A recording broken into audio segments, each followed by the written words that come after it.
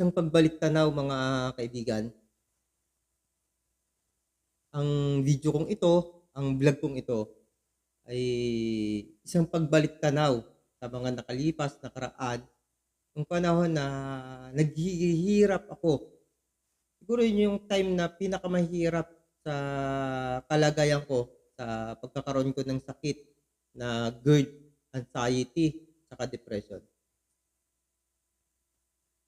Eto mga idol, mga kaibigan, gusto ko lang i-share, ano, gusto kong ibahagi sa inyo, paano nga ba ako gumaling sa sakit na GERD.